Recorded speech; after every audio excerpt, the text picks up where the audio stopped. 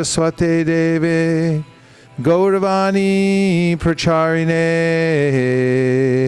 Nirvishesha Shunyavadi Paschatya Deshatarine Jaya Shri Krishna Chaitanya Prabhu Nityananda Shri Advaita Gadadhara Shivasari Gaura Bhakta Vrinda.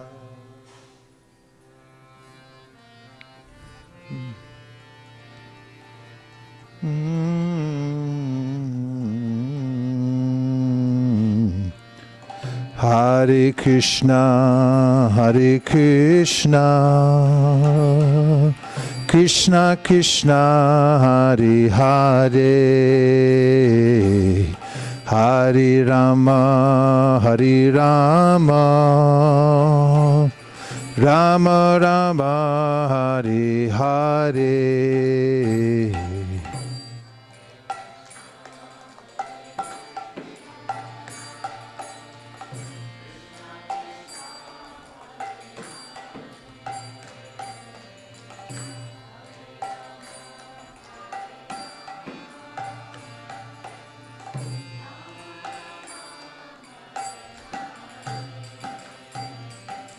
Hare Krishna, Hare Krishna, Krishna Krishna, Hare Hare, Hare Rama, Hare Rama, Rama Rama, Hare Hare.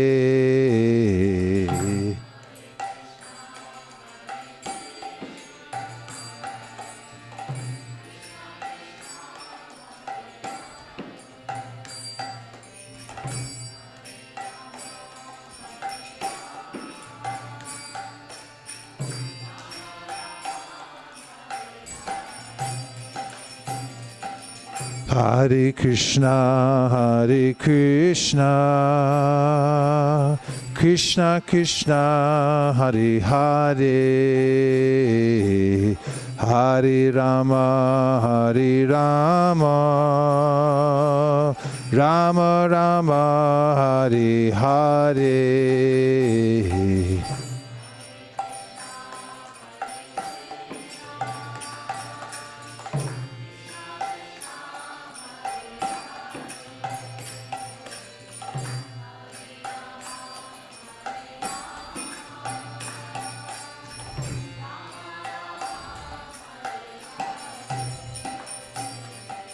Hare Krishna, Hare Krishna, Krishna Krishna, Hare Hare, Hare Rama, Hare Rama, Rama Rama, Hare Hare.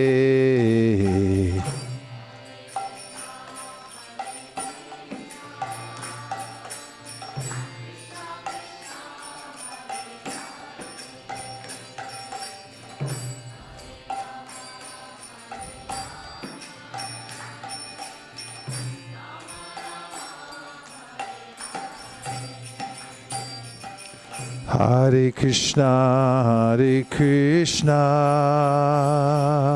Krishna Krishna, Hare Hare, Hare Rama, Hare Rama, Rama Rama, Hare Hare.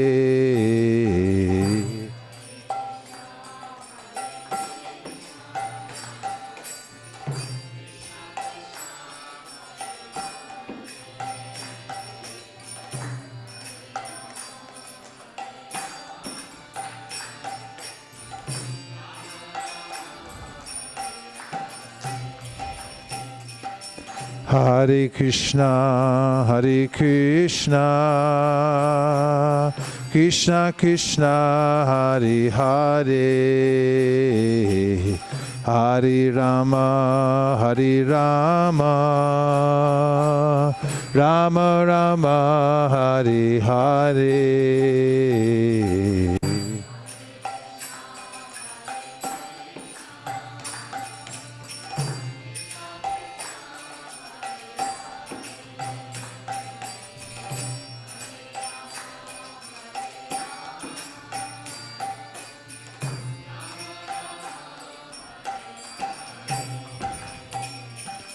Hare Krishna, Hare Krishna,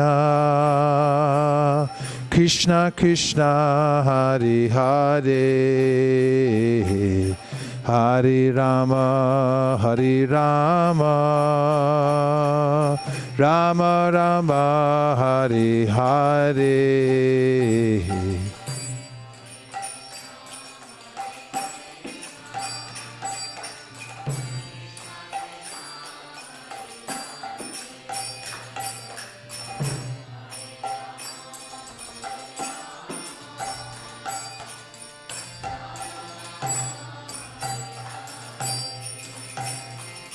Hare Krishna, Hare Krishna, Krishna Krishna, Hare Hare, Hare Rama, Hare Rama, Rama Rama, Hare Hare.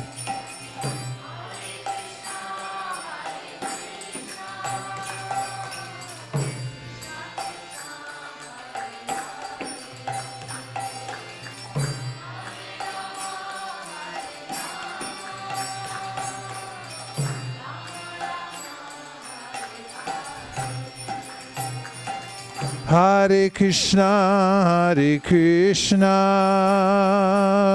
Krishna Krishna, Hare Hare, Hare Rama, Hare Rama,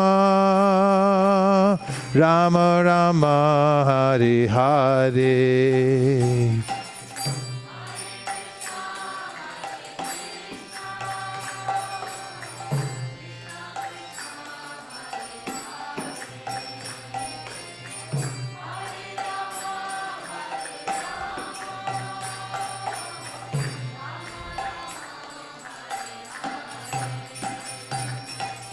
Hare Krishna, Hare Krishna, Krishna Krishna, Hare Hare, Hare Rama, Hare Rama, Rama Rama, Hare Hare.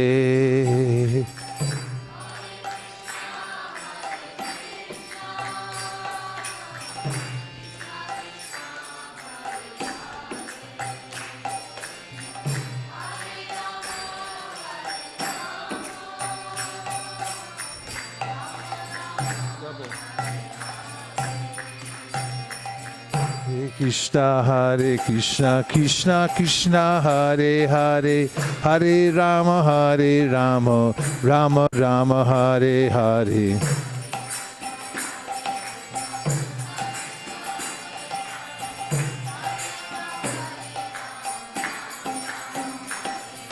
Hare Krishna, Krishna Krishna, Hare Hare, Hare Rama, Rama Rama, Hare Hare.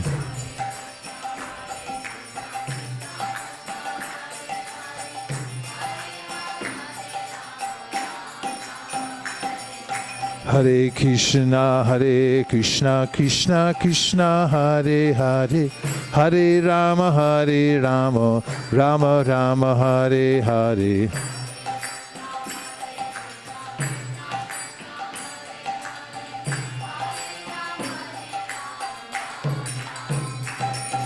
Hare Krishna, Krishna Krishna, Hare Hare, Hare Rama, Rama Rama, Hare Hare.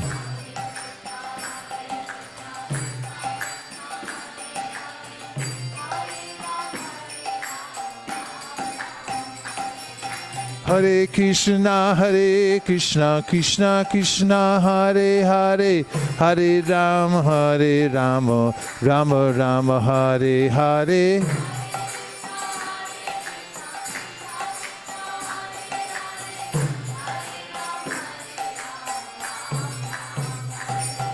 Hare Krishna, Krishna Krishna, Hare Hare, Hare Rama, Rama Rama, Hare Hare.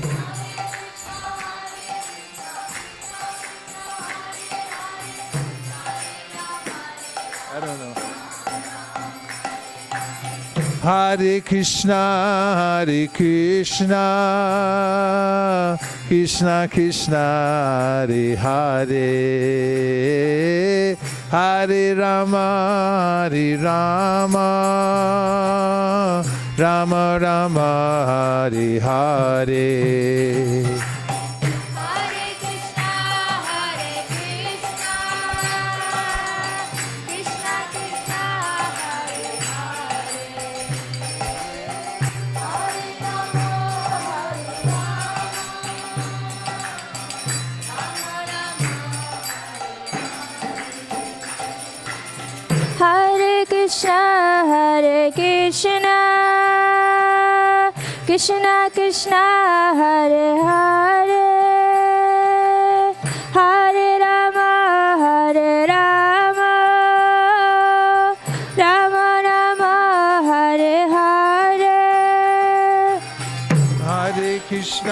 Hare Krishna, Krishna Krishna, Hare Hare, Hare Rama, Rama Rama, Hare Hare. Hare Krishna, Krishna Krishna, Hare Hare, Hare Rama, Rama Rama, Hare Hare. Hare Krishna, Krishna Krishna, Hare Hare, Hare Rama, Rama Rama, Hare Hare. Hare Krishna, Krishna Krishna, Hare Hare, Hare Rama, Rama Rama, Hare Hare. Hare Krishna, Krishna Krishna, Hare Hare, Hare Ram, Ram Ram, Hare Hare. Hare Krishna, Krishna Krishna, Hare Hare, Hare Rama, Rama Rama, Hare Hare. Hare Krishna, Krishna Krishna, Hare Hare, Hare Ram, Ram Ram, Hare Hare. Hare Krishna, Krishna Krishna, Hare Hare, Hare Rama, Rama Rama, Hare Hare.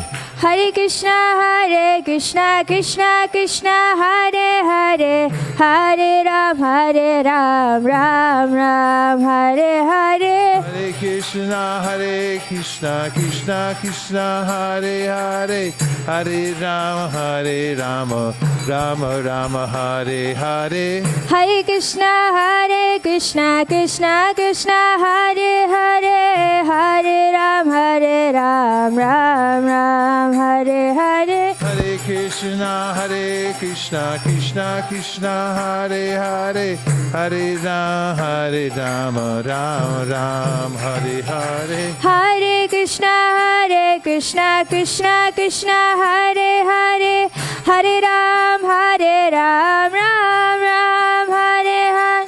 Hare Krishna, Krishna Krishna, Hare Hare, Hare Rama, Ram Ram.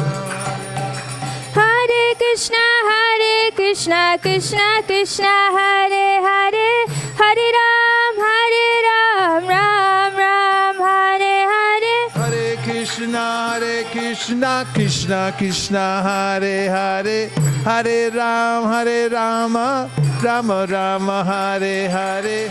Hare Krishna, Krishna Krishna, Hare Hare, Hare Ram, Ram Ram, Hare Hare. Hare Krishna, Krishna Krishna, Hare Hare, Hare Rama, Hare Krishna,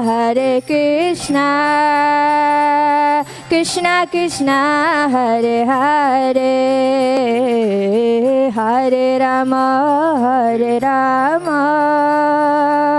Rama Rama, Hare Hare. Hare Krishna, Krishna Krishna Hare Hare, Hare Rama Hare Rama, Rama Rama Hare Hare. Hare Krishna Krishna Krishna Hare Hare, Hare Rama Rama Rama Hare Hare. Hare Krishna Krishna Krishna Hare Hare,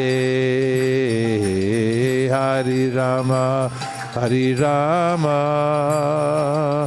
Rama Rama Hare Hare. Hare Krishna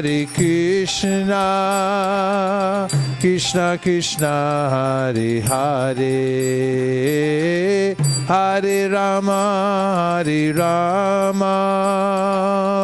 Rama Rama Hare Hare. Hare Krishna Krishna Krishna Hare Hare, Hare Rama Rama Rama Hare Hare. Hare Krishna Krishna Krishna Hare Hare, Hare Rama Rama Rama Hare Hare.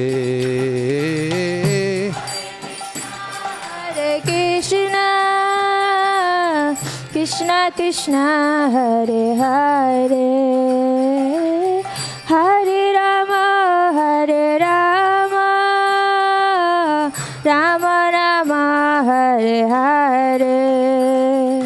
Hare Krishna Krishna Krishna Hare Hare, Hare Rama Rama Rama Hare Hare.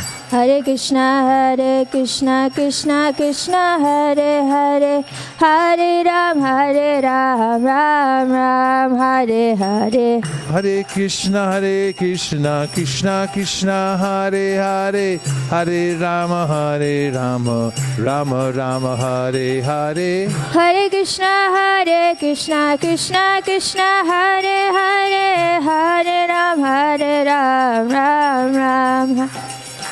Hare Krishna Krishna Krishna Hare Hare, Hare Rama Rama Rama Hare Hare. Hare Krishna Krishna Krishna Hare Hare, Hare Ram Ram Ram Hare Hare.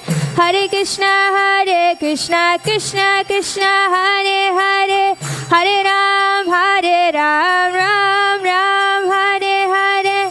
Krishna Krishna Krishna Hare Hare, Hare Rama Rama Hare Hare. Hare Krishna Krishna Krishna Hare Hare, Hare Ram Rama Rama Hare Hare.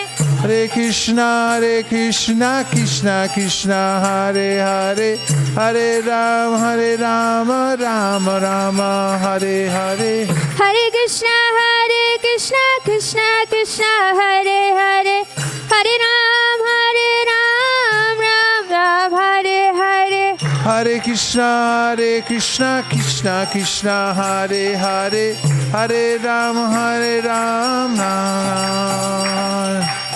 Hare Krishna Krishna Krishna Hare Hare, Hare Ram Ram Ram Hare Hare. Hare Krishna Krishna Krishna Hare Hare, Hare Rama Ram Ram Hare. Hare Krishna Krishna Krishna Hare Hare, Hare Rama Rama Rama Hare Hare. Hare Krishna, Krishna Krishna, Hare Hare, Hare Rama, Rama Rama, Hare Hare.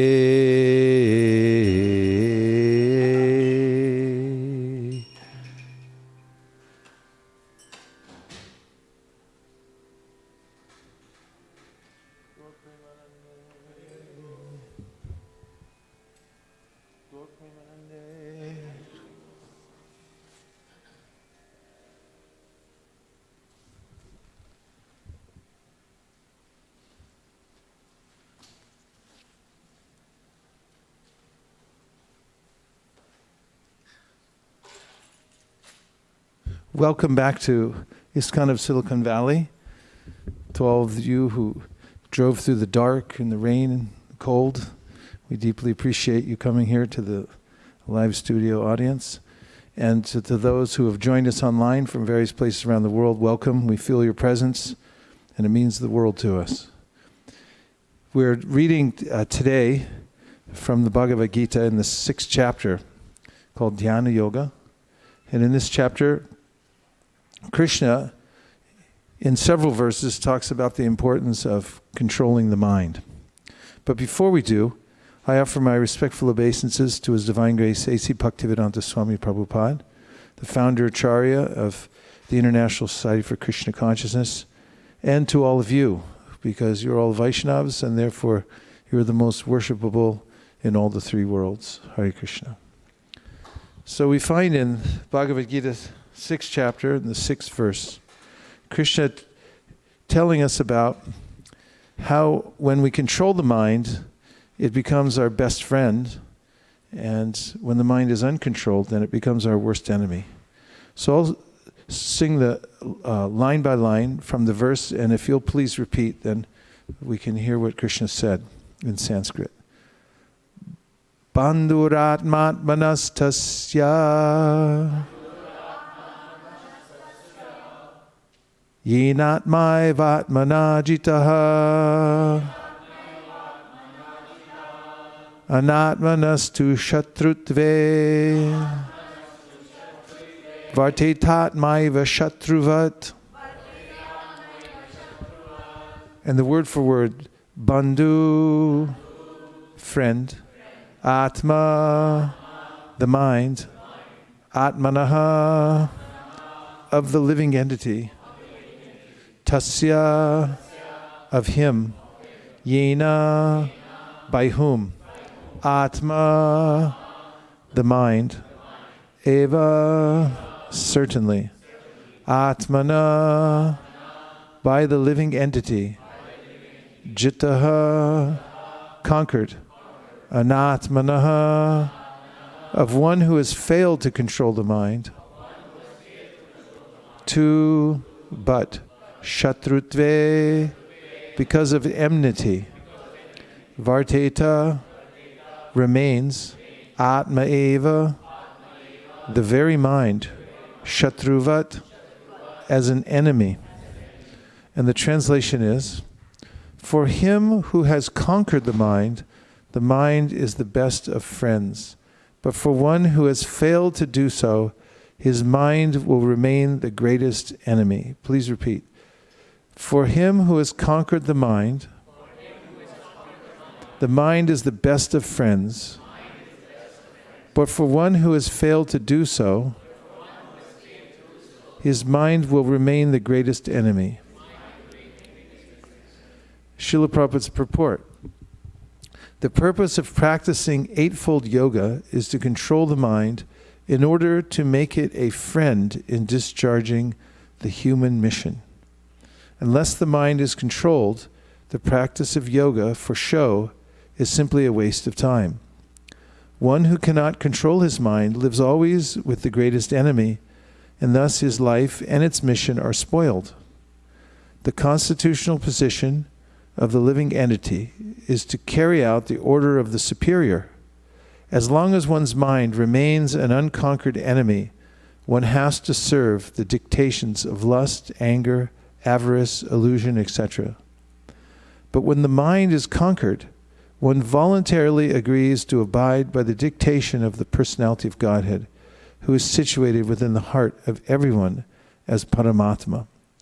Real yoga practice entails meeting the Paramatma within the heart and then following his dictation. For one who takes to Krishna consciousness directly, perfect surrender to the dictation of the Lord follows automatically. This is an indication, first of all, that it is possible to train the mind. In fact, this whole chapter is about training the mind. And as Prabhupada points out, and as is stated in other yoga scriptures like the Yoga Sutras, the goal of yoga is to control the mind or pacify it. Pacify means to make the mind attached to Krishna and not attached to sense gratification. As Krishna says earlier in the 3rd chapter of the Bhagavad-Gita, that we can't be without activity. However, when the mind is active in thinking about how to gratify the senses, then it becomes our enemy. But when the mind is transferred to the idea of serving Krishna and using the various facilities that we have to serve Krishna, including the karmendriyas and the jnanendriyas, the knowledge acquiring senses and the working senses, then we actually feel peace within.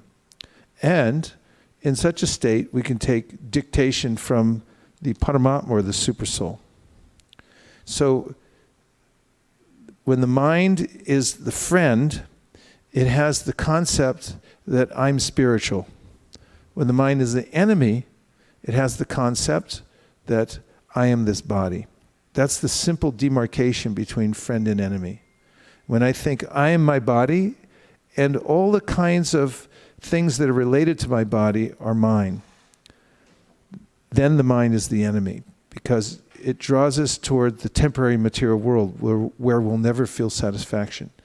However, when our mind is trained on our spiritual nature, and we understand that we're actually not the body, but the spirit soul within, then we feel satisfied, and the mind becomes our guiding friend and takes us in the right direction. So how does one train the mind? According to a lecture that Srila Prabhupada gave in 1966 in New York, when he was speaking on this and other verses next to it, he said the first method and foremost is to have good association. When one has association with sadhus, then one hears what is called the speech that cuts away our material existence. And Prabhupada in that lecture quoted from the Srimad Bhagavatam, verse 11, 26, 26. This is Krishna speaking again, but to Sri Uddhava in the 11th canto of the Srimad Bhagavatam. And this is a very brief verse, but here it says, Tato dusangam utstrijya satsu sajeta buddhiman santa evasya chindati mano vyasangam uktibi. Please repeat. Tato dusangam utstrijya satsu sajeta buddhiman santa evasya chidanti mano vyasangam uktibihi. Tataha, therefore, dusangam, bad association, usrija, throwing away, satsu, to saintly devotees, sajjeta, he should become attached, buddhiman, one who is intelligent, santaha, saintly persons, eva, only, asya, his, chindanti, cut off, manaha, of the mind, vyasangam, excessive attachment, uktibihi, by their words. And the translation is, an intelligent person should therefore reject all bad association and instead take up the association of saintly devotees, whose words cut off the excessive attachment of one's mind. So this means we have to associate with sadhus, who are also known as sat. Sat means they're oriented towards that which is real. And those who are asat, and if we have asat sangha, or association with people who are oriented towards enjoying the material body and the material world, then we become affected by the association. So this verse Prabhupada emphasizes in his description of the verse from Bhagavad-Gita, and he mentions the words uktibi, and ukti means words, and he says that actually this is what Krishna was doing in the Bhagavad-Gita for Arjuna. He was cutting off his attachment to material affection. He had a sentiment for his family, for the material world, for his position, and Krishna said to him that you're speaking like a fool. Although you sound learned, but actually your words are foolish because they're related to the material world. It's just material sentimentality. And he went on to explain to Arjuna how you're not your body. And as he went on speaking, he was essentially cutting off Arjuna's attachment to the material world by his words, uktibi. So the words of a sat, that is a sadhu, are like a sharpened instrument. And just as a surgeon, knowing what's necessary to be cut from the body of a diseased person, doesn't hesitate, but simply cuts. And someone else may be watching, oh, don't do it. But the surgeon knows it has to be done. And similarly, a sadhu will speak very directly and explain to people that you're not your body, you're not part of this material world. And it may seem a little shocking to some people, but this is the method of the sadhu. By his or her words, ukti, Prabhupada coins the phrase sharpened topics. So he says the words of the sadhu are sharp and the topics are sharpened. So that they act in that way to wake us up from our false ideas in the material world.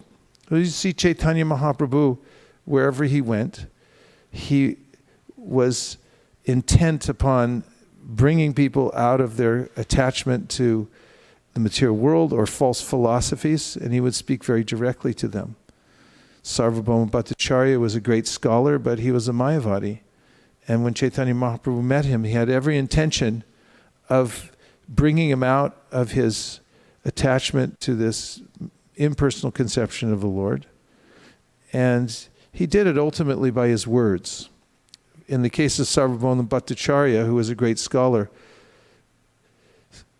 Mahaprabhu spoke so eloquently. For instance, when Sarvabhauma mentioned that there was some commentary he wanted to present before Mahaprabhu about the Atmarama verse in the Srimad Bhagavatam, Mahaprabhu encouraged him. He said, please tell. So Sarvabhauma gave 6 or 7 very eloquent explanations. But then Mahaprabhu began speaking, and he gave 64 explanations, and he didn't touch on any of the ones that Sarvabhauma had just made. And as Sarvabhauma was listening to Mahaprabhu, he began to think, this couldn't be anyone else except for the Supreme Personality of Godhead. It's beyond brilliant. It's otherworldly. And his heart began to change.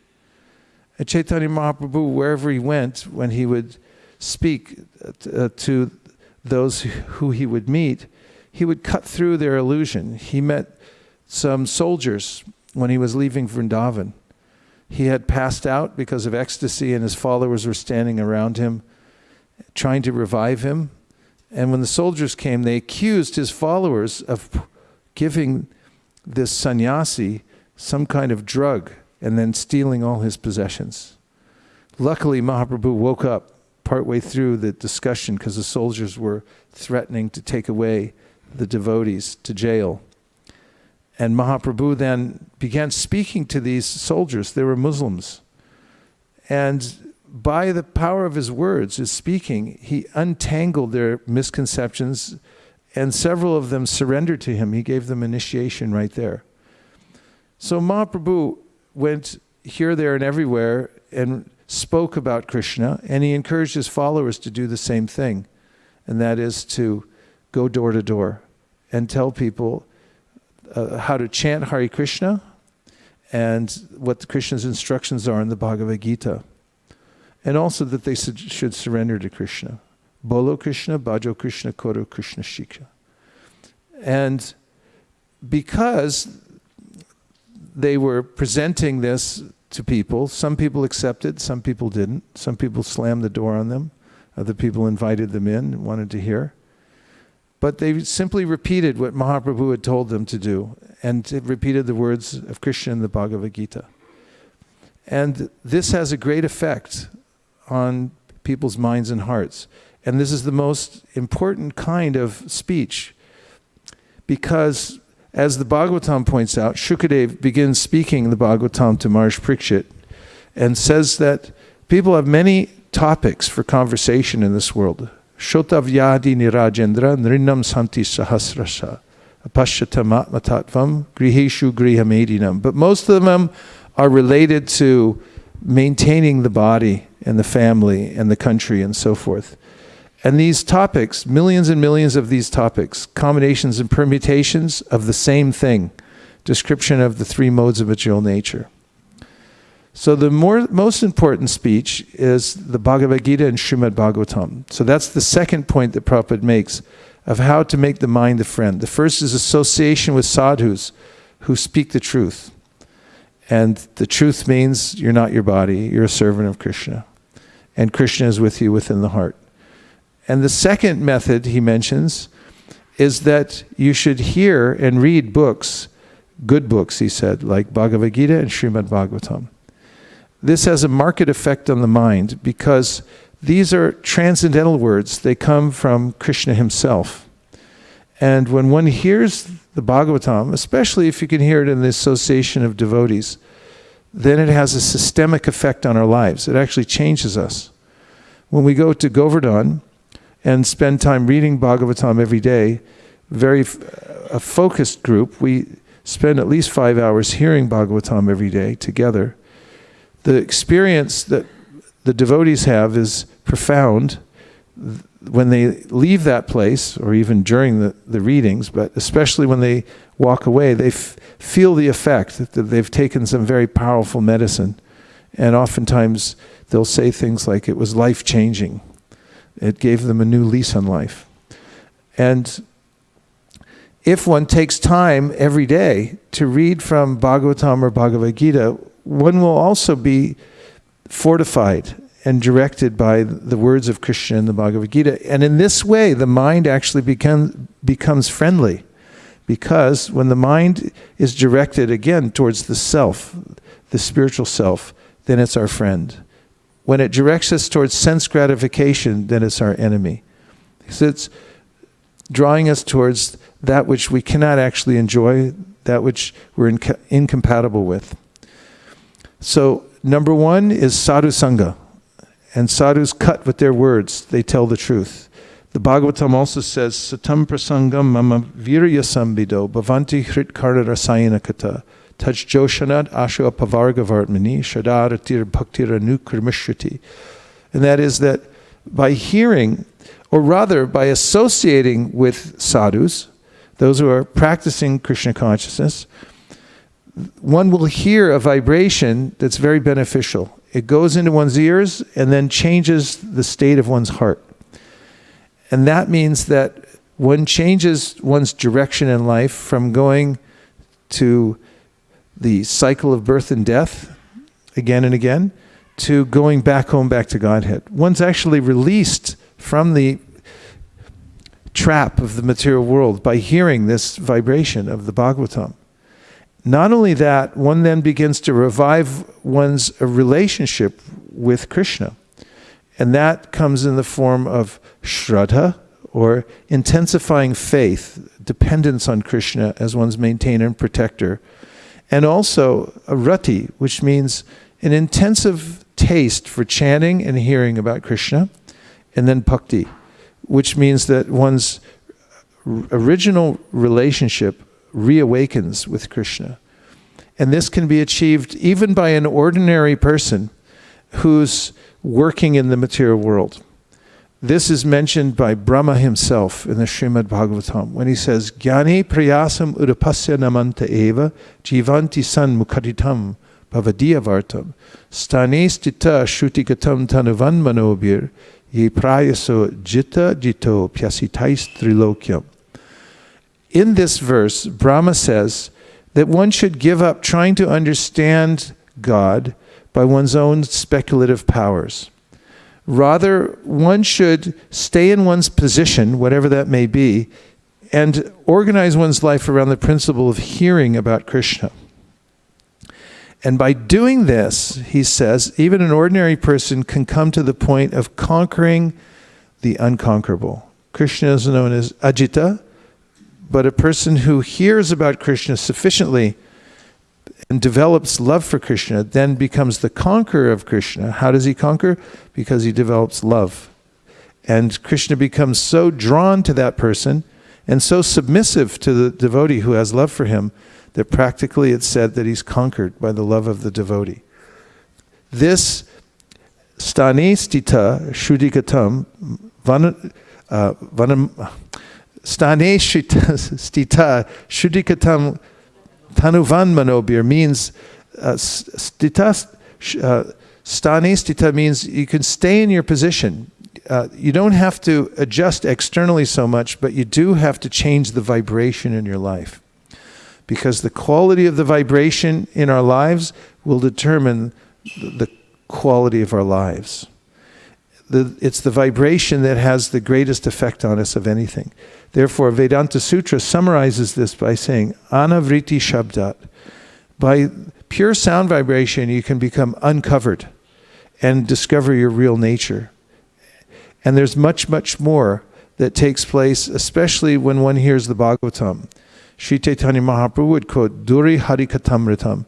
When you hear the utterances of the Upanishads, these are a distant explanation of the Lord. But when you hear Srimad Bhagavatam, then your heart melts and you become attached to the Supreme Personality of Godhead. And not only that, he becomes attached to you. This is the great secret of Srimad Bhagavatam, which is mentioned in the second verse of the first chapter, in which it is said, Sadyo hridyavarudyate trakriti bishu shushi bishtakshanat. Those who listen submissively to the Bhagavatam attract Krishna.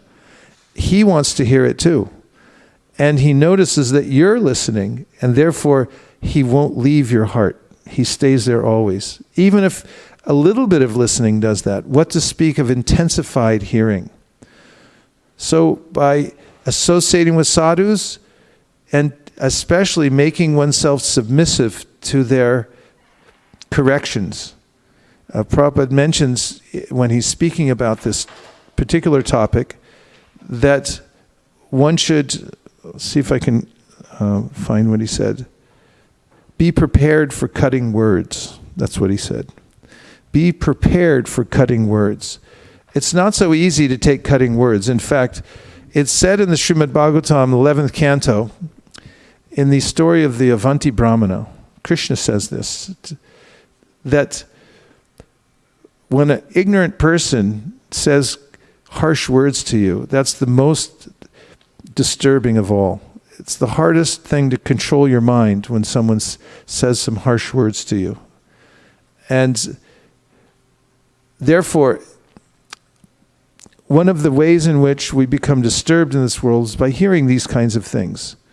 However, when one enters into spiritual life and associates with sadhus, one should prepare oneself to hear cutting words. In fact, devotees welcome these kinds of cutting words because they know that it's cutting away their false attachment to the material world. And one of the techniques for advancing in spiritual life is to be receptive to the very straightforward instructions of Krishna and the devotees. So be prepared for cutting words. And if you can be around those who can give you such cutting words, then it will help you grow in spiritual life. So those are the first two that he mentions for making the mind the friend. What's the first one? Sadhu Sangha, yes. Of course, we can find many places in the scripture that recommend association with sadhus, and also giving up the association of those who are materially attached, because that will make us attached also. As much as we'll become freed from the material conception of life by association with sadhus, that much we will become attached to the material world by associating with materialistically minded people. And never underestimate the ability of the little jiva in the material world to flip. Little jivas flip all the time.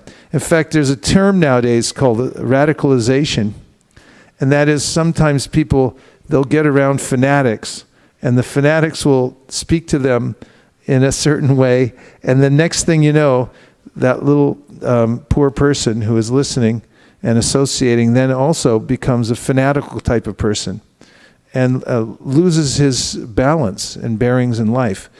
And to whatever degree we hear from materialistic people and whatever kind of materialism they're engrossed in, to that degree we'll also become affected. So the opposite is true too, to be careful not to hear from materialistic people. One of the greatest flips of all time is in the Ramayana. When Mantra speaks to Kaikeyi, who is a soft-hearted person who is getting ready to celebrate the coronation of Ramchandra.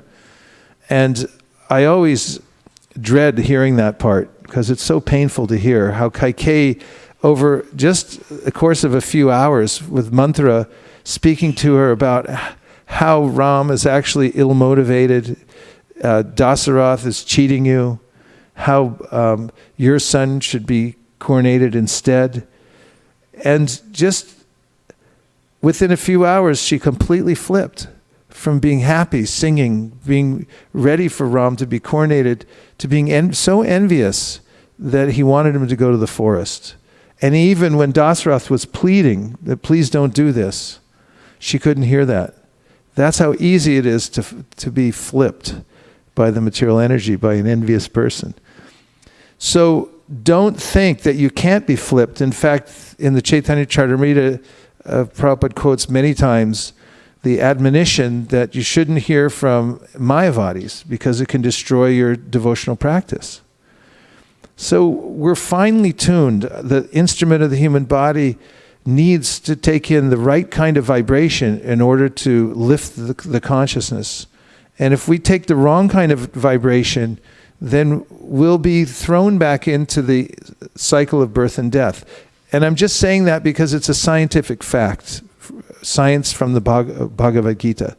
Krishna mentions this in the 8th chapter where he describes how a person develops a certain kind of consciousness because of association with the modes of material nature, and because of that is drawn into the various species of life.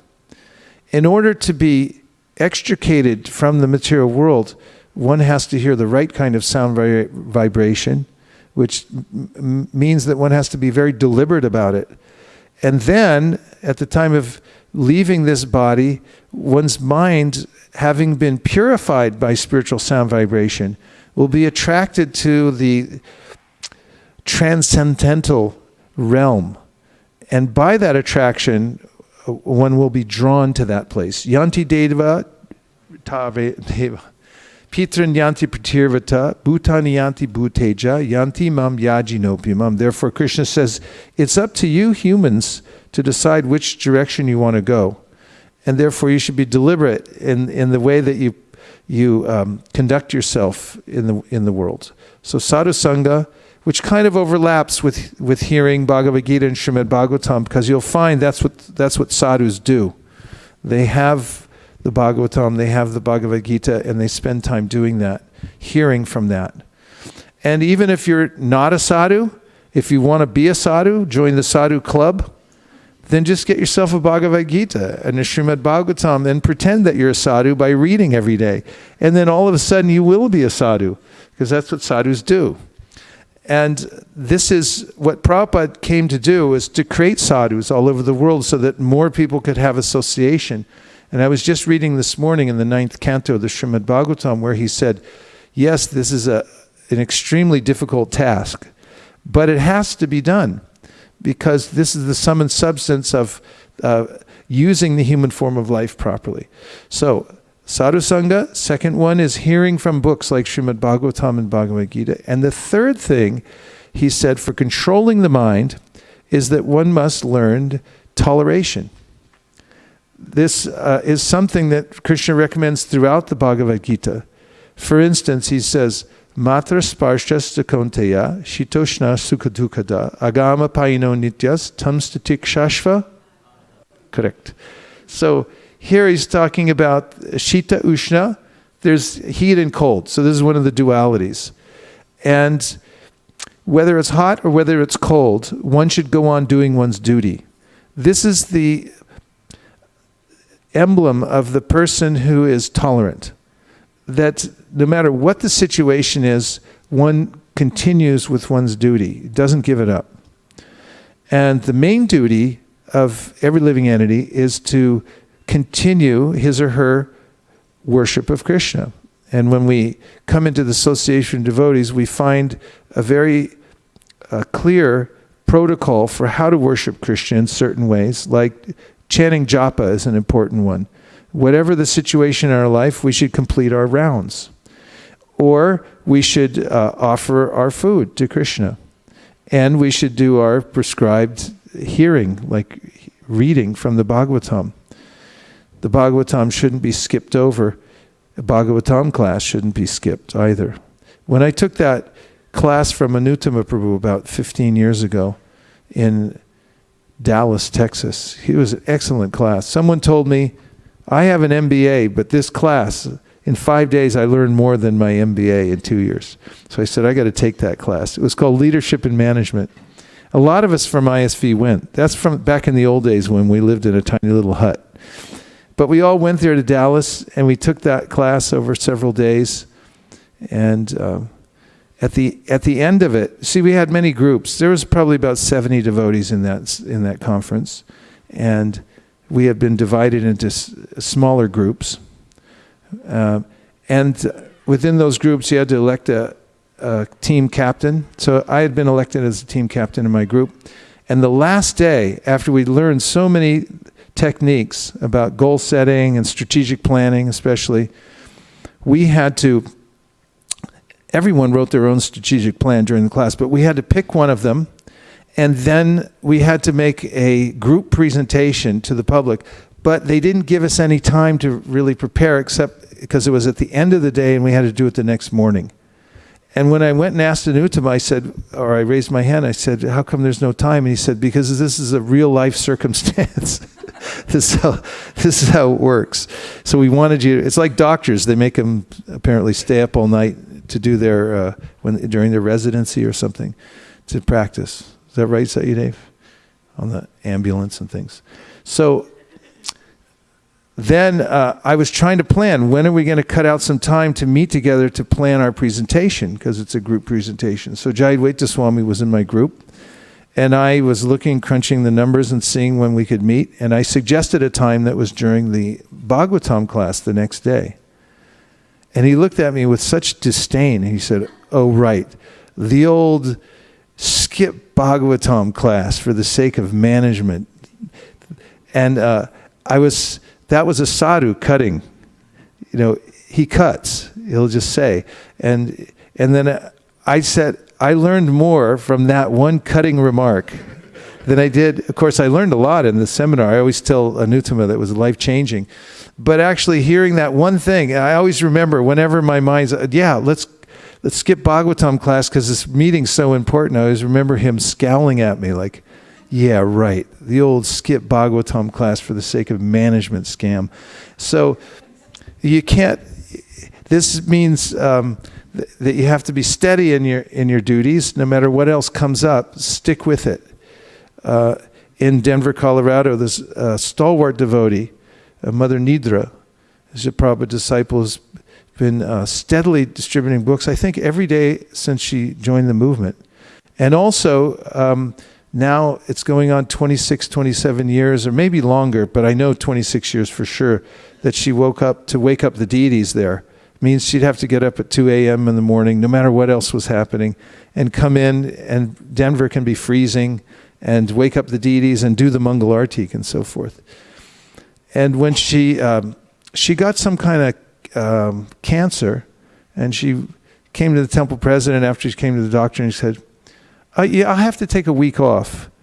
Or maybe she said 2 weeks. And he said, what's going on? He said, I have cancer. And she just walked home.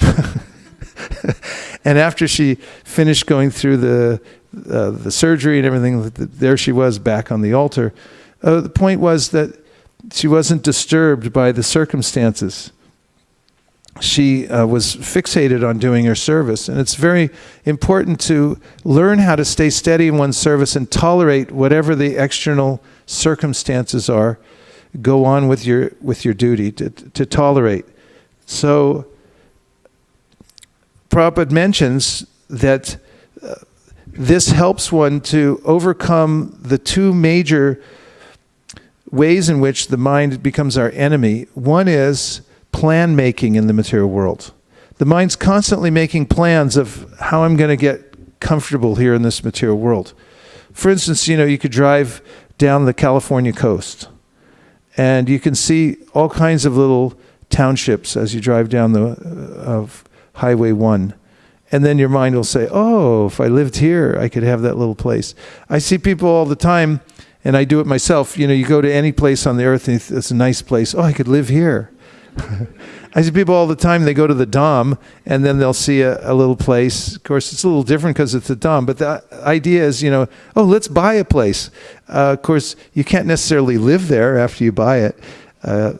But the idea always is, let me find a place that I can settle in.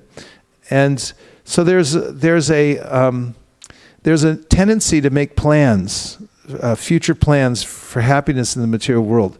But it's so shocking, isn't it, when those plans are suddenly interrupted. For instance, whole communities can be making plans, building their city, roads and everything, and an earthquake comes. Earthquakes are rather shocking because they come without warning.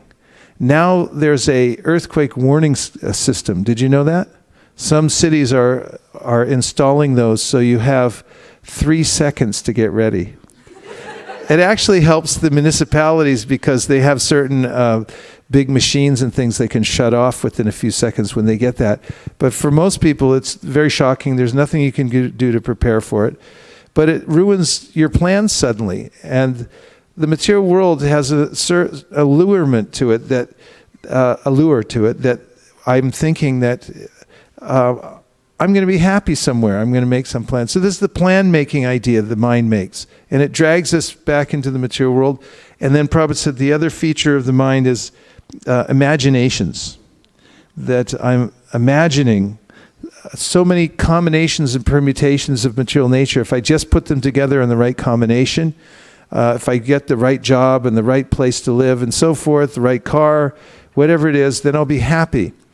And this is another trick of the mind.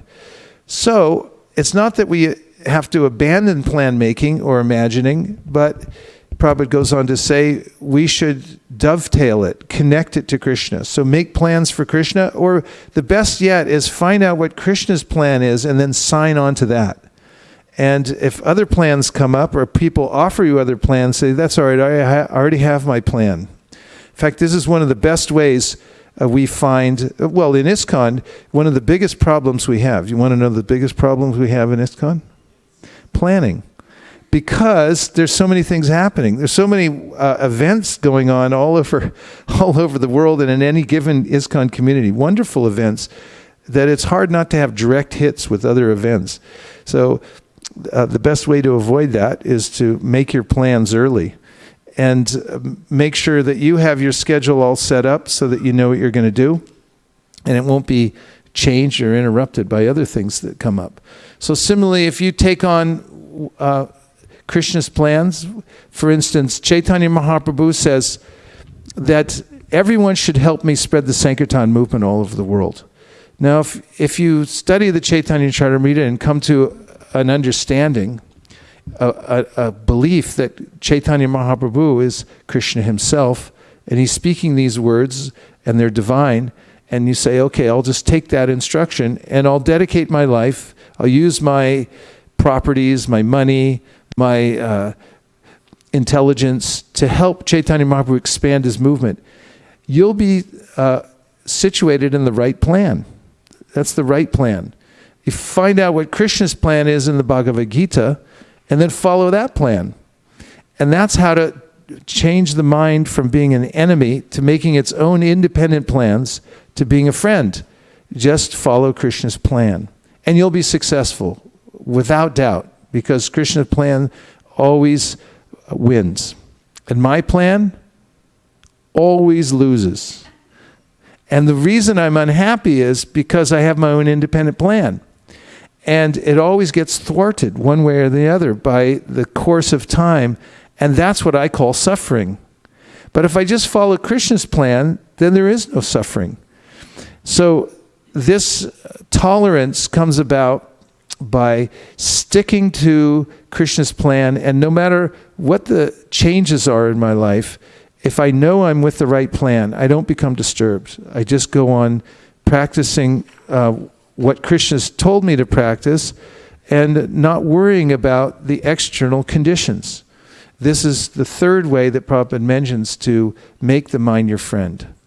So number one is sadhu sangha, and be around that kind of sangha where you can get some direct instructions and be prepared for cutting words.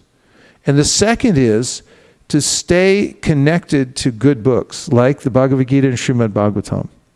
And the third is to practice toleration. And the best way to do that is to stick to Krishna's plan and don't waver when there's changes that come about through the inevitable vicissitudes in the material nature. So now we'll take a few reflections or questions. Yes. 1, 2, 3, 4. Hare Krishna. The verse mentioned how the mind can be a best friend and also a worst enemy. So I was thinking that enemies can be external and internal. So I realized from this verse and your wonderful points that I'm living with an enemy within. But I like the positive outlook that you presented, saying that this verse in the purport shows is an evidence that the mind can be trained. And so the techniques that you're discussing to train the mind. So you completely changed the perspective. And the Chaitanya Charan Prabhu says, you only have one mind, you might as well train it. You don't get another one. One thing you get. Shraddha, thank you very much.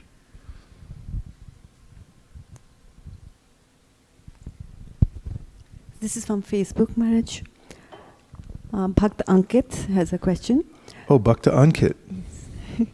Hare Krishna Gurudev, Dandavats, all glories to Srila Prabhupada. I have one clarification question. When the mind becomes one's best friend, does it refer to the state that when one is trying to control the mind from its enjoying tendency using one's intelligence? Or to the state when after significant training using strict intelligence and discipline, mind has given up the tendency to enjoy? I see in the first case, we are trying to control the mind using intelligence, but still it is like a wild animal. But the second case seems to be like encaging the mind using the shackles of strong intelligence and beating down the mind to subside its wildness, and also making the mind attracted to spiritual activities or objects. Prabhupada says the best way to engage the mind is to think about how to do good for others. And as far as controlling the mind goes, in the beginning stages, Krishna says in the Gita, Vishaya vinivartante nirahara siddhina rasavarjam rasopyasya param drushva nivartate. It's very difficult because, and when I'm restraining the senses, they're still contemplating their objects, even though I'm holding them back. However, he says, when I get a higher taste, then it's natural that I give up the lower taste. It's the nature of the living entity. So when one's mind has tasted something that is better, then it's no longer attracted to the lower sense objects, but it remains fixed in the Supreme. So this can be achieved through practice, because in the beginning, Krishna says, one may not be inclined to think of me. And really, Prabhupada mentions that the best way to control the mind is to think of Krishna. And Krishna says this in the Bhagavad-Gita also, Manmana bhavamad bhakto. It said, think of me. So Prabhupada said, the mind, we should consider it like a fort. And said, then you should put Krishna in front of the fort to protect you from all the various kinds of desires and material planning that will come in. And Krishna is so powerful that he'll protect you from all these things. He's a great warrior. He killed so many demons. So keep Krishna in your mind. Think of how to do good for others, and the best good that you can do is to give them transcendental knowledge. And then hear the holy names also, because Rupa Goswami mentions in the beginning, it doesn't taste good to the mind to chant Hare Krishna. But as one practices, as if one's taking medicine, then gradually the mind gets cured and it actually enjoys hearing the name of Krishna. So the process of bhakti includes many different aspects of our life, and if you do that, then gradually the mind can become your friend. Thank you. Another one from the internet? Yes, Maharaj. This is Bhakt Adam Allenbas. Oh, nice. Hare Krishna Maharaj, please accept my humble obeisances. All glories to Srila Prabhupada. Thank you for this great talk tonight. I have a question. How do we choose, or how do we discern Krishna's plan when we have material decisions to make, like where to move, or business decisions, or things that feel very mundane or outside the scope of sadhana? Thank you. Yes, and many or most of the decisions we'll have to make in our life have to do with our regular living condition, like where are we going to live, which job should I take, this one or that one, which person should I marry, this one or that one. I mean, these are big considerations, aren't they? And we have to make them all the time, and they seem very difficult. The best way to make decisions is based on what's best for my service. So first of all, understand that align yourself with some service. For instance, we have service to Krishna through our daily practice of Krishna consciousness. Is it not? Yes. Say yes. Yes. Yes. We also may have some service to our spiritual master and to spreading the Krishna consciousness movement. For instance, one may be the person who takes care of maybe a website that advocates that people chant Bhagavad-Gita every day, something like that. And that's possible, right? Yes. Say yes. So you have these things to do. Now, when you have to make a decision about where you have your job, where you live, and so forth, make the decision based on what is best for your service. When I was first looking for a place to live near Akula, and I moved up here from Los Angeles, and we were looking for a place to live. And there were a lot of houses that we looked at to see which house could we live in. And when we went further away, there were bigger houses, and when we got closer, but closer to what? The airport. Because I actually, for many years, I lived in an airport, practically. Because I was distributing books there. That was where my service was. And when we moved to the San Francisco area, our final decision in buying that tiny little house was 7 minutes from the airport. And it it turned out to be a great decision in the end. And then, we realized anytime we're making a life decision, if we based it on, what's best for the service, then Krishna would make up for it even if we made a bad decision. In other words, even from a material calculation, if it was a bad decision, Krishna would make up for it. Yogakshema vahamyaham. So you can't go wrong if you make your life decisions based on what's best for your service in the long run. That really helps. Now, of course, that may be difficult also to decide which one's better. So it's good to take help from sadhus. I just did this. I had a very big decision to make in my life. And so I started, everyone's going, what is it? Well, I'm not going to tell you. But it was pretty big. Satyadeva knows. And so there was, don't worry, it's not going to affect anything. I mean, it affects me, but you won't even notice. It was a very difficult decision for me to make, and I spoke to a lot of my godbrothers, senior devotees. I'd call them all over the world, and tell them the whole situation, what it was, what I was thinking, and everything like that. And then they would tell me, and sometimes they'd think about it a little more, and then they call me back, add in more, change, a few things they said, and it helps me to develop a determination. When it came for the time to make the decision, then I was very strong on that because I had already consulted. Prabhupada mentioned this, you should always consult with brahmanas before you make an important decision. So take this consult with devotees, and the main thing I was asking them was, what's best for my service? One of them, a very senior devotee, asked me, so what is your service? Because you may have a lot of services, but he said, what is your main service? What are you trying to do? Because with service, you can become overwhelmed also. If somebody sees a capable person, they might just come from every direction and say, hey, why don't you do this? Why don't you do that? And if you're really good at saying yes to everything, then next thing you know, you can have so many services, you can't do any of them properly. Good becomes the enemy of great. So make these kinds of decisions with help from people who have a broader perspective. It's a really good way to move through your life, because then you'll feel confident that you took help from people that have integrity, spiritual advancement, and so forth. So I've always said, and you know it, you can back me up on this, collect mentors. Because the mentors, they're mentors in various areas that people are expert in certain things. It's the best way to move through life, is to find out where those people are, the ones you trust, the ones you're in harmony with, and then take help from them when these hard decisions come, and then base it on how to best augment or help your service. And you can't go wrong. Thank you for that question, Bhakti Adam. Really nice to hear from you. And you too, Ankit. The main point I liked was, Prabhu, when you said that we should not hear from Mayavadis. Because at least 10 years ago, it was little hard to hear from them. But now with Facebook and YouTube, and anybody becomes a guru in something that he does. And then the flipping is it happens in a second.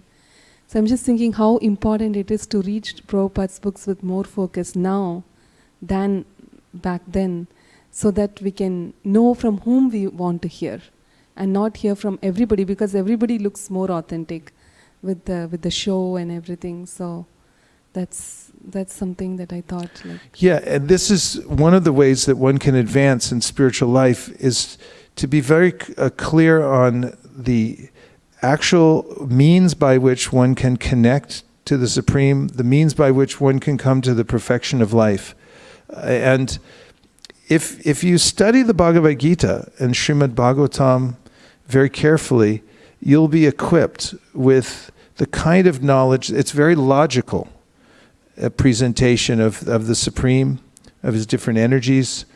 And this helps you to fortify yourself against all kinds of other ideas. Siddhanta bolya chitana kara alash iha hoite Krishna lagi sudadmanash.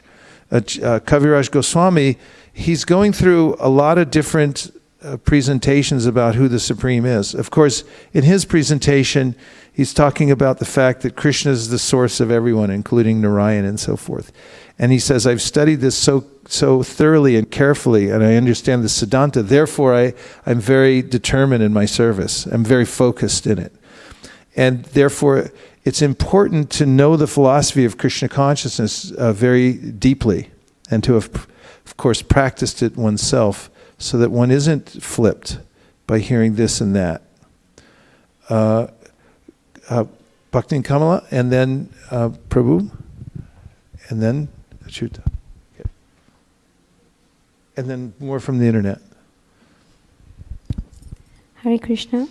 What I liked was hearing that pure sound vibration, like of hearing Srimad Bhagavatam. The heart melts and gets attracted to Krishna, and Krishna also becomes attached to you. I really liked that when you said that.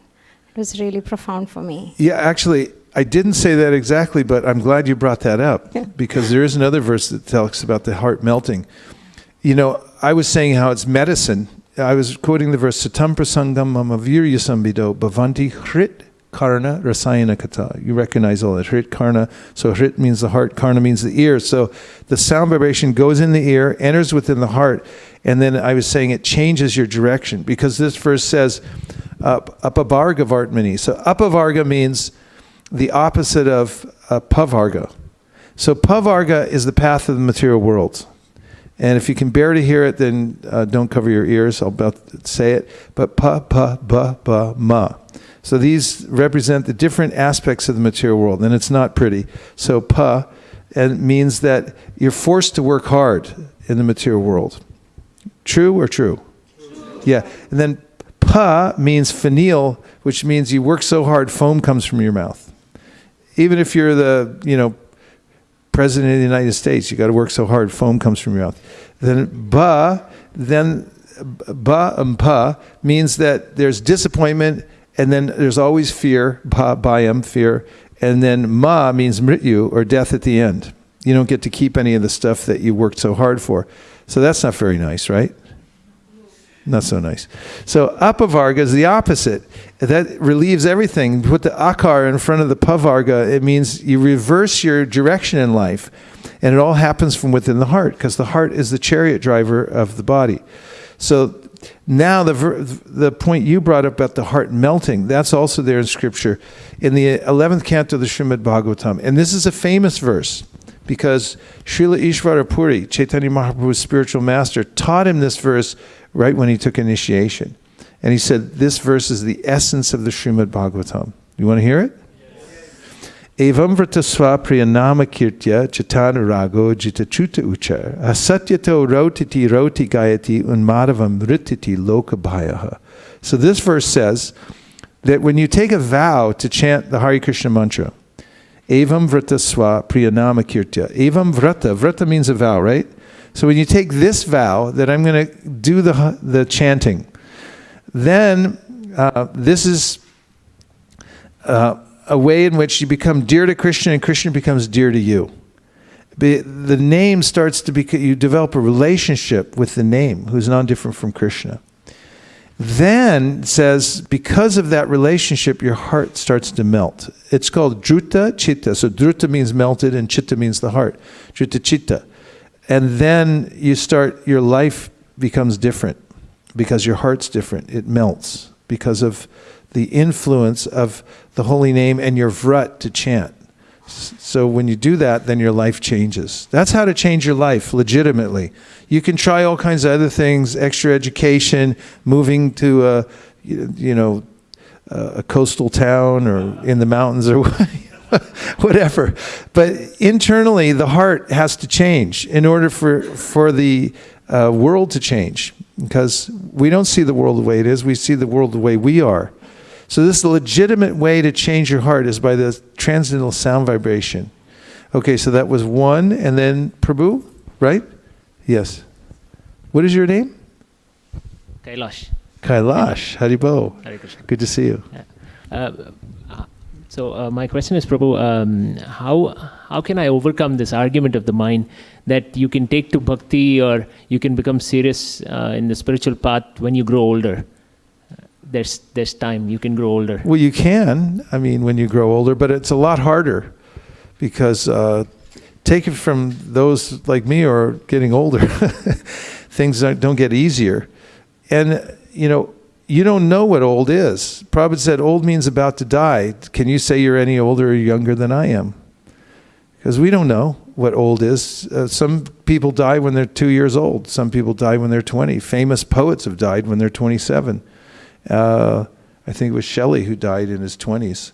And so we don't know when we're going to die, so we should be ready at any time. Also, we find that when you're young and you actually use your vital energy to practice Krishna consciousness, it has a systemic effect and it lasts throughout your life. Like some devotees, they're lucky enough to have training when they're young. And that really has a lasting effect, a foundational effect on one's life. So Prahlad Maharaj, he was a little boy, and he said, Komara acharet pragno, dharmam bhagavatam iha, durlabvam manasam janma, tarapya dhruvam artadam.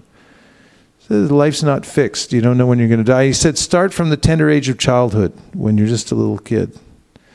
I mean, yeah, there's nothing to wait for anyway.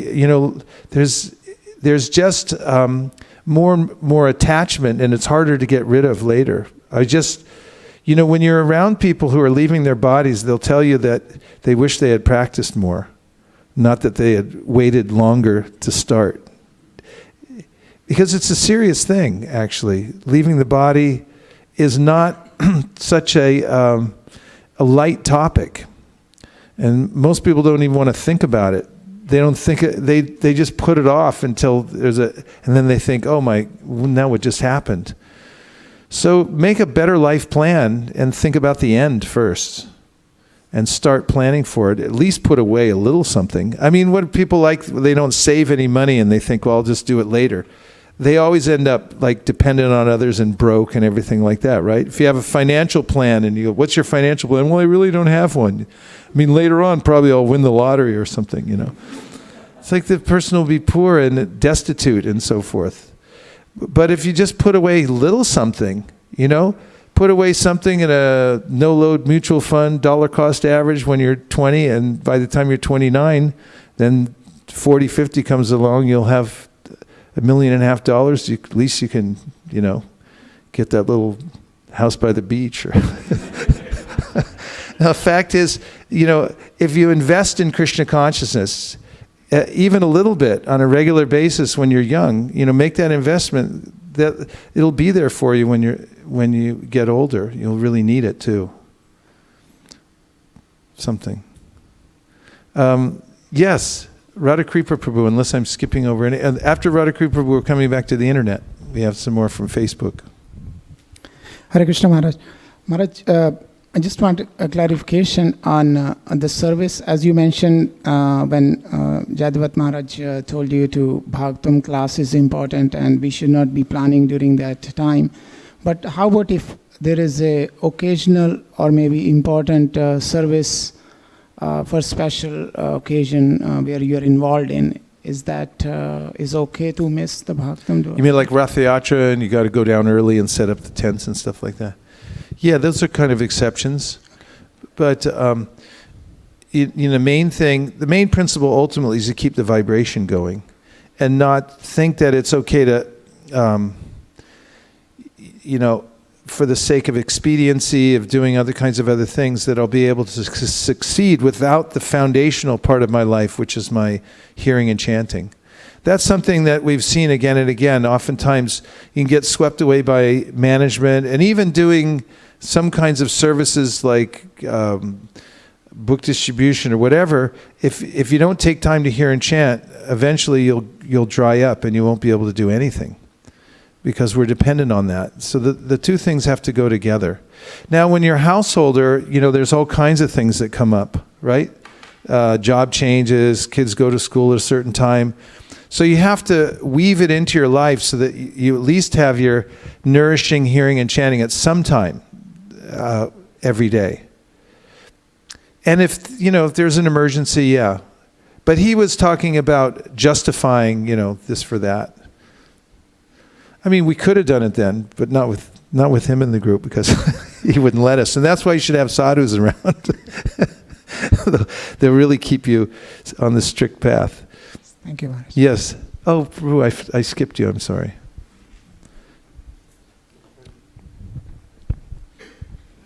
Hare Krishna. Hare Krishna, Prabhu. Hare Krishna. Here, give him a better one. We'll give you a trade-in. Oh, it's good now. He turned it up.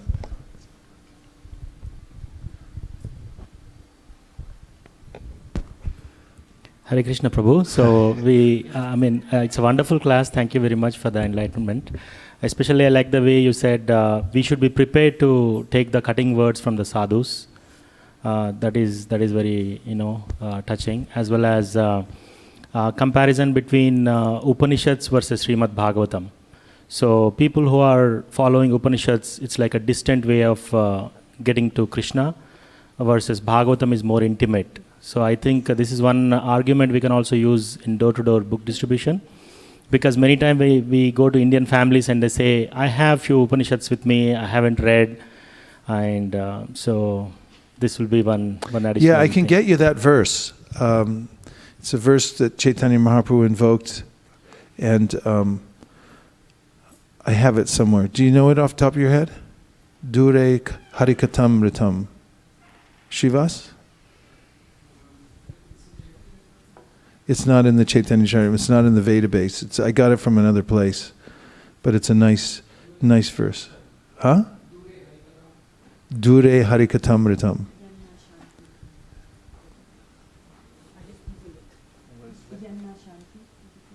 That's maybe different. Yeah, that's it. Kampashu pulakadaya. Kampashu pulakadaya says, tears don't come to your eyes and your heart doesn't melt when you hear the Upanishads, but when you hear the Bhagavatam. Not that we're trying to exhibit, crying and stuff like that, but the point is there that the Bhagavatam really does melt the heart. The other thing is a little more cerebral, about how I'm not my body and the Lord is the Paramatma and so forth. Yeah, it's a good verse, and I like how you process these things and you think, how will I take this and then make it a bridge to present Bhagavatam to other people? That's a good way to read the Bhagavatam also. Be always aware of what you can take from it to export to others and ways to bridge so that you can, because there's so many powerful arguments made in the Bhagavatam. As Prabhupada writes in his preface to the Bhagavatam, if you read these 12 cantos, you'll be equipped to cut down the arguments of atheists and convince people about Krishna consciousness. Legitimately, it's not a sentiment, but there's a science behind it. It's so profound when you hear the chapters on Sankhya philosophy, and also any of the chapters, the ways in which sense gratification is described. For instance, in the 5th canto as a forest of material enjoyment. It's so relatable. How the merchant person goes off into the forest and is like, I'm going to get something. And next thing he's lost, and he's getting harassed from every direction. He dives in a river and breaks his head because it's too shallow. I mean, these things are relatable. The whole experience of the material world, and it's if the Bhagavatam is speaking to each one of us personally, and it is. But there's a place to go. After one gives up the endeavor for a false happiness in the material world, as Krishna says in the 15th chapter of the Bhagavad-Gita, Narupamasya tatopa labhyate nanto nachadirna chasampratishta ashvatamenam suvaruda mulam asanga sastrena drdhena chitva tatapadam tat parimargitavyam yasmin gatana nivartanti bhuya tameva chadyam purusham prapadye yatak pravriti prashrita purani. In this verse, Krishna does say, cut down the strong-rooted attachment to the material world with the weapon of detachment, asanga. Then he says, then you should go on your journey to search out that person from whom everything's emanated, from time immemorial, where we actually have a relationship. But you have to do both. Any other reflections? Yes. 1, 2. Poonam, and then back to Dayanidhi Prabhu. I wanted to bring out the point that you said about tolerance. Yes? And you did mention that if we are tolerant, then we believe more on Krishna's plan than our own plan. I believe that was a point, right? So, well, I was saying if you attach yourself to Krishna's plan and you know that you're following the right plan, it's a lot easier to tolerate whatever's going on around you. Because then you say, whatever changes come, whatever obstacles are there, I know I'm doing the right thing. I'm holding on to Krishna's plan. So it helps you to tolerate. Yeah, it also means that if you have a plan in place and then something else comes along, I took it like that is a better plan because Krishna wants that more than what I want. I might have a plan. It's like Krishna's called Satya Sankalpa. Whatever he wants comes true. And I'm not like that because whatever I want doesn't come true. I mean, it may in relationship, Krishna's fulfilling all desires, but it doesn't. There are many obstacles in the material world. The ultimate one is that I can't stay in this body, in this particular situation I'm in, and I can't keep whatever I get. So better to take Krishna's plan than stick with my own. But you had another more subtle point, right? Yeah. Is this audible? Yes. Yeah. Barely. It's at 72%. It could come up to 76%. Yeah, my point really was that many times whatever I thought has not happened, but something else has happened, and then only after a long time I realized that no, it was correct that what I thought didn't happen. So Krishna's plan was always the best. Yeah, that's right. And this is one of the aspects of surrender, to understand that there is a God and I'm not him, and that if I find out what his plan is and just follow it, there's a kind of confidence there that I'm following Krishna's plan. And whatever obstacles come during that, even those become welcome. In fact, Bhaktivinoda Thakur says, whatever trouble I undergo in my service to serve you, my Lord, I take that as the greatest happiness. It's like a purification. It's very similar. Tat te anukampam susamikshimano. In the Bhagavatam, Lord Brahma says that the devotee goes on tolerating and goes on with his or her service, knowing that Krishna will bestow his ultimate mercy. And he takes it, whatever obstacles are there, he takes it as that's the Lord purifying me. It's his arrangement for me. In fact, there's a thing called Shobha karma, beautiful karma. It's not actual karma, it's the Lord's arrangement. That comes out in that verse. Because Sridhar Swami, Vishwanath Chakravarti Thakur comment on that verse. They say that a devotee doesn't have any karma because he surrenders to Krishna, but then why does it seem that there are all these reversals? And it says, don't take it as karma. Take it as Krishna's plan for you to get purified, because he knows exactly how you're attached to the material world. Everyone's got this little niche here in the material world. So this is just how I like them. And then Krishna knows how to spoil that for you. And for every person, it's like a little different thing. He'll show you something, go, God, I can't look at that anymore. Or he'll frustrate you in a certain way that you'll finally give it up. Hey, we're growing. Thank you very much. Dayanidhi Prabhu. Good to have you back on the comment circle. Hare Krishna. Hare Krishna. What I'm taking from this class is to organize my life in such a way that I can hear and chant more efficiently, or more in general. And you say this all the time about planning, and for some reason or another, I haven't planned anything for many, many years, and my life has been a spiral of chaos because of that.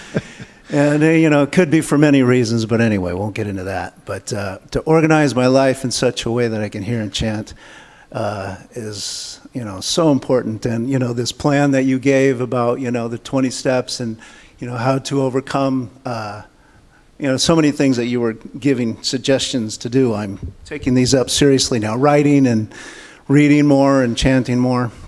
But I want to ask a question about, if I may. Yeah. About finishing one's rounds. how important that vow is and how much strength comes from that. So there's, I won't say it's me, but I know that there's other devotees that, have made this vow many years ago to chant 16 rounds. So, and they're not, and maybe they're not chanting any rounds. So how do you recommend someone who's made a vow to chant 16 rounds to get back into their rounds? Should they immediately say, hey, I made a vow, chant 16 rounds every day, or do you suggest, do you have any other suggestion that one should say, okay, let me start with 4 for, a month and then go to 8 or like that? Whatever way you can. Scratch, bite, pull, somehow or other stay in the game. That's the main thing. If you get knocked off, which is very likely, is the material world's very rocky. And we're humans. Humans are kind of, humans are good. Krishna likes humans. Yeah, I just read that in the Bhagavatam also. There's different kinds of species in the material world, but he likes the humans the best, Bhagavatam says. It's right there in the 9th canto. And so, yeah, humans are good, but we're full of foibles. And so, and it's Kali Yuga. There's a lot of stuff going on. This is from Shastra. I'm not making stuff up. This is Vishwanath Chakravarti Thakur's commentary to one of the 2 verses about Lord Chaitanya Mahaprabhu, where he says that he describes how Mahaprabhu came to the world and we worship his lotus feet. And in the commentary, Vishwanath says, it's very difficult in Kali Yuga, so people get disturbed in their practices sometimes, but they don't worry, just keep going. Bhagavatam itself, what is the verse? Sapada mulam bhajata priyasya tyaktanya bhavasa hare priyeshaha vikarma yachot patitam katanchit dhunoti sarvam hridi sanivishta. This verse says, is it Karabhajana? Can you look it up? Sapada mulam bhajata priyasya. I think it's Karabhajana Muni. Maybe it's right after that. But this verse says that sometimes, somehow or other, devotees fall down from their practice. But the rectification means to just get right back up, keep doing it, because the process of devotional service is so complete that you don't need any other kind of rectification other than just keep doing your service. So you're perfectly legitimate if you stop chanting your rounds, not that part, but the part is when you pick up the bead bag again and just start chanting. You don't have to write a letter to the president or anything like that. You just keep chanting and bring it back up again. And different people have different ways of getting back up. Some start a little bit. Other people go to a japa retreat and say, okay, I'm going to do 64 rounds every day now, or something like that. But do whatever you can to keep going. Thank you. Be inventive. What is it? Karabhajana Muni, yeah. Prabhu, right next to you. How convenient. I just want to say one more thing. Sure. I have no idea what your question was, but I hope you don't. That wasn't that. Okay. Hare Krishna. Anyway, I'm not, whatever it was. Yes. Hare Krishna. I just wanted to let you know that thank you. And the reason I'm saying thank you is because I seem to find myself, when I'm in the world, when I'm working, when I'm with my family, I seem to, because of my shortcomings, I seem to become really attached to whatever worldly thing I'm doing. And when I come here and listen to you, it really helps me because you're just like a doctor for me, a mental doctor. And I know it's the words from the Gita and the words from the Bhagavatam and, Guru's grace. But, thank you for that type of approach, because here in Silicon Valley, for me, it's like I'm everywhere. And if I don't come here, or if I don't do chanting or dhyanam, I can, totally become crazy. So thank you for that approach. And oh, you're so welcome. And you really made my day by saying that. And all of us can become crazy. I mean, that's part of the point I'm making here. It doesn't take long. In a mantra second, you can become flipped. So be careful to follow this. And also very deliberately, I wrote down what Prabhupada said about this and followed the train of thought that he did. Because I was thinking about this, that the real potency comes in just representing And whatever else I said, hopefully everything, but I backed it up with some point from the Shastra, because that makes it potent, because the real potency is Krishna's the teacher, and if we just follow him, this is another way of following Krishna's plan, is to just organize your thoughts and the way you speak about Krishna consciousness through the scripture. Of course, you have to add your own realization into it and present it in such a way that the audience can appreciate it. That's called realization. But this is the potency of spiritual speech, is to follow the Shastra and represent whatever comes down through the Guru, through Parampara. But for me too, whenever I come here, it's an oasis. And I've had this experience so many times, like flying long distances, and it's so exhausting and enervating because of the influence of material nature. You know, you can be tired, hungry, and then think, why did I come all this way? And then I'll get into whatever temple it is, and you smell the incense, and you see the Prabhupada on the Vyasa sign, and you think, oh, okay, I'm okay now. I found an oasis. So we need that. We need that. This is Akrura, who was going to pick up Krishna to bring him back to Mathura. He was picking up Krishna and Balaram from Vrindavan. He was saying along the way, he was making these prayers, and he's saying, I'm like the person who's at a oasis and has a well full of unlimited water, and then I wandered off into the desert to find something else to drink, and then, you know, got parched. And so when we do come in contact with real Krishna Katha, which I tried to describe, it's a presentation of what Krishna has already said, then we feel it. We should. It's experiential. Thank you for that. And also, Prabhu, just one quick, you talked about the Bhagavatam, and one gentleman also brought up the Upanishads and how the Bhagavatam and the Upanishads and the Ras. And there's a story I wish I knew more of, but 5,000 years ago, Bhagwan Vedavyas, after I believe he reproduced all the scriptures, he was still feeling kind of sad or still feeling down. And I don't know, I forgot the whole story, but I believe Naraji came to him and told him something about the Bhagavatam. Yeah, you can bring me a first canto. It's in the 5th chapter. You can learn this chapter. I recommend it. There's some really important choice verses here that are quoted by acharyas and by Prabhupada in particular many times throughout his teachings. So what you set up there, a nice story, is that Srila Vyasadeva himself was an incarnation of the Lord. He's called a literary incarnation of Krishna. And he's feeling dissatisfied in his service. And then he meets his spiritual master. And this goes towards my argument that you need mentors, right?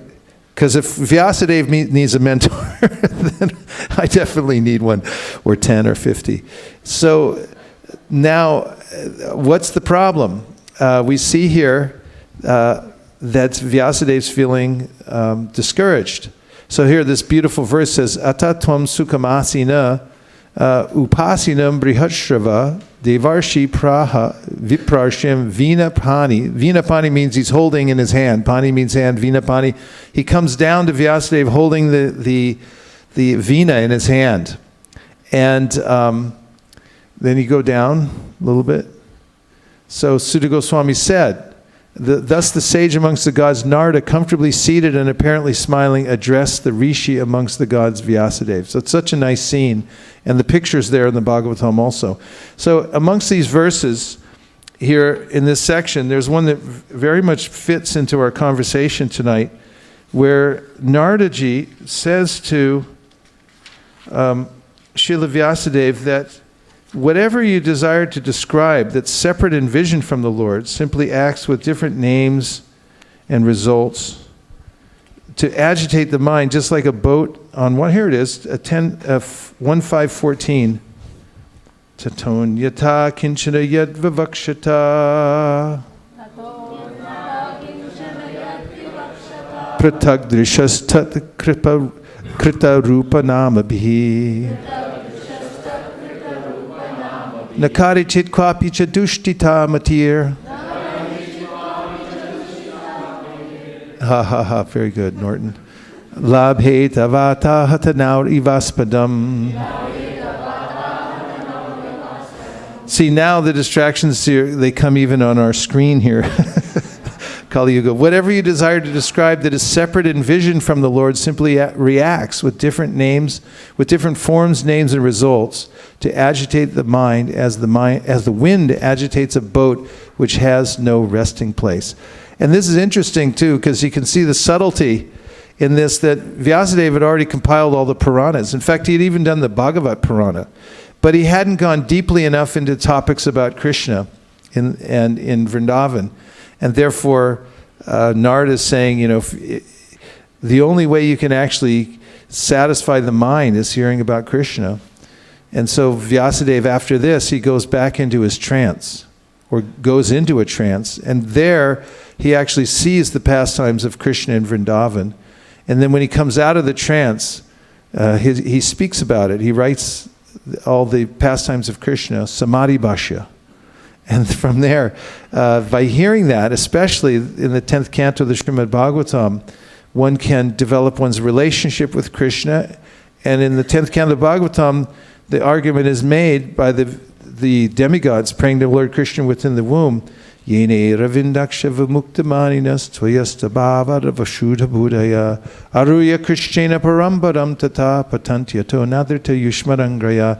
Unless you get that relationship with Krishna, the lotus eyed, means personal and appreciating his form and his name and his pastimes, then whatever imagined type of liberation you've attained through speculation, through meditation and so forth, won't last. You'll fall down from it. Because we need to have that achuta bhava, this feeling of love for Krishna, otherwise it won't last. Nothing else will satisfy us completely. Thanks for bringing that up. Priya Kishori. I'd like to reflect on the point that Poonam Mataji was making about how sometimes we have a plan and there's a superseding plan which will take effect because of Krishna's desire. But on our level, because we don't have this 360-degree view, and we are told to put in our full effort and with whatever strength we have, at what point do we understand that this is an over-endeavor? What is that tipping point to understand this is what Krishna wants? Well, how do we recognize if it's draining your energy and you're becoming less Krishna conscious, you're over-endeavoring. But if it's giving you strength, then it's Krishna conscious. And keep in mind too, with plan making, it can even be a Krishna conscious plan, because sometimes Krishna has another idea for you. For instance, take Maharaj Priyavrata in the 5th canto of Srimad Bhagavatam. He had a great plan. He had his guru was Narada Muni.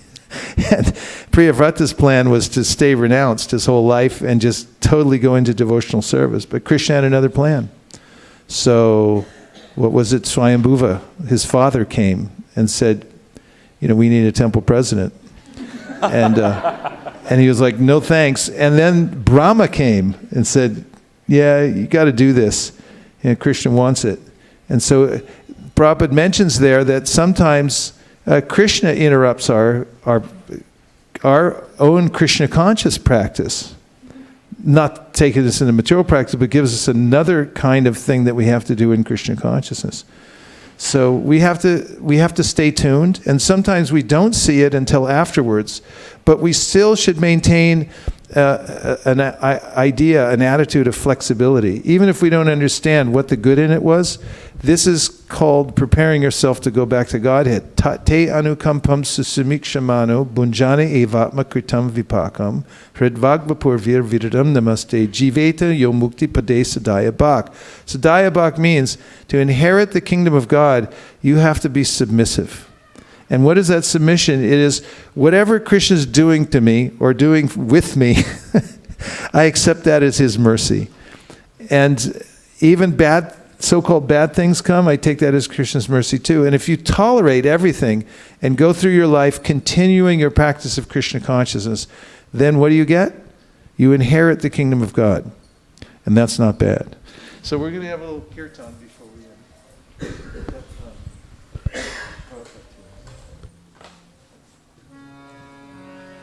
Krishna, Hare Krishna, Krishna Krishna, Hare Hare,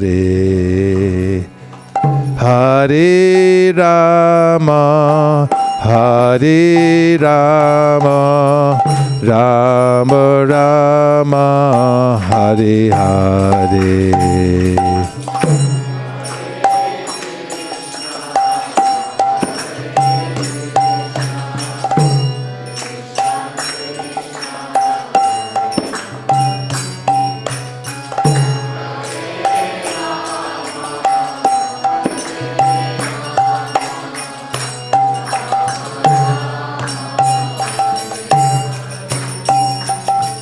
Hare Krishna, Hare Krishna, Krishna Krishna, Hare Hare. Hare Rama, Hare Rama, Rama Rama, Hare Hare.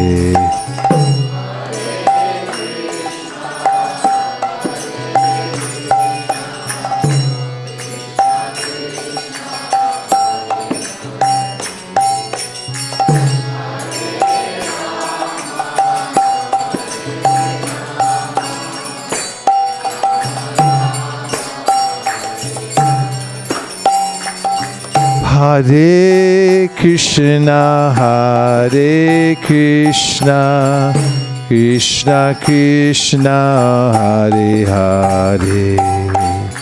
Hare Rama, Hare Rama, Rama Rama, Hare Hare.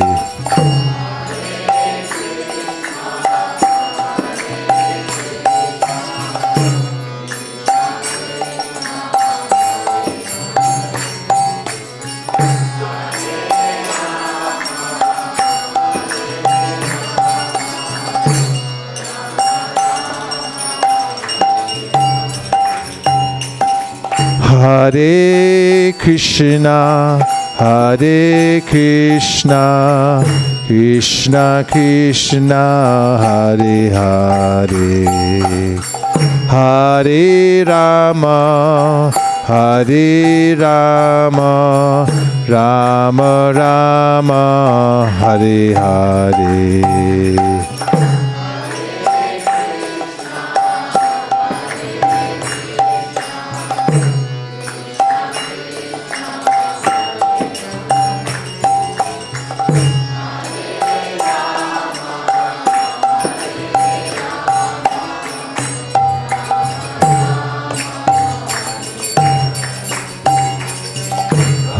Hare Krishna, Hare Krishna, Krishna Krishna, Hare Hare. Hare Rama, Hare Rama, Rama Rama, Hare Hare.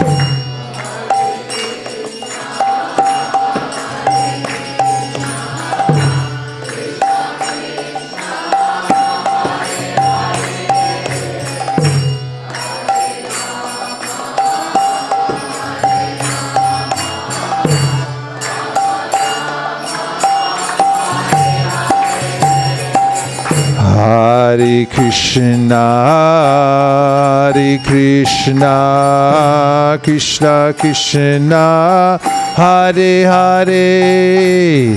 Hare Rama, Hare Rama, Rama Rama, Hare Hare.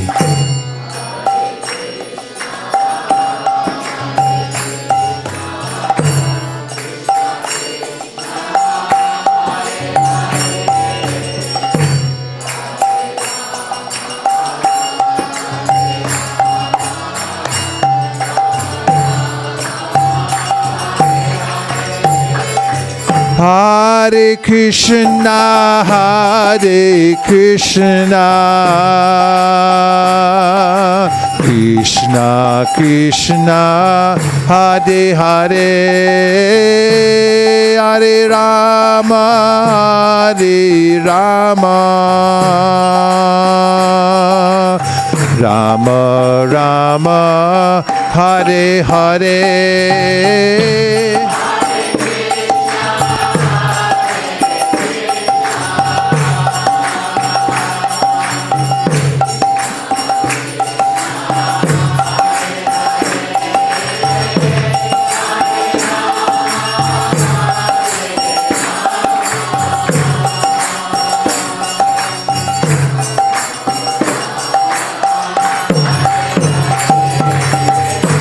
Hare Krishna, Krishna Krishna, Hare Hare, Hare Rama, Rama Rama, Hare Hare.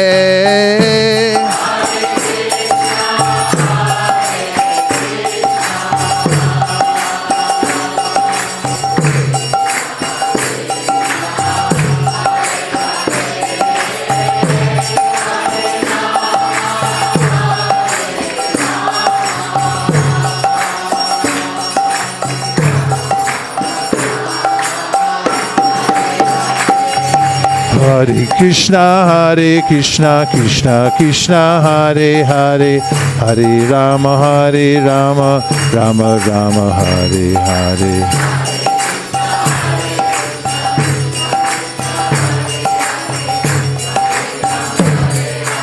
Ram Ram, Hare Hare. Go Premanande. Now we're going to have an Artik ceremony, which means that there's a chance to dance. And we have a saying here at ISV, never miss a chance to dance, especially if it's for Krishna. So what we'll do is move the asanas back to their original resting place. We'll roll up this carpet. We'll make this dance floor available to everyone who wants to express their love for Krishna by dancing or standing and just praying to the deity during the Artik. And we thank everyone very much for coming all the way down here tonight to ISV, and for everyone who joined us online and stuck with us through the broadcast. We really felt it tonight, and we thank you very much.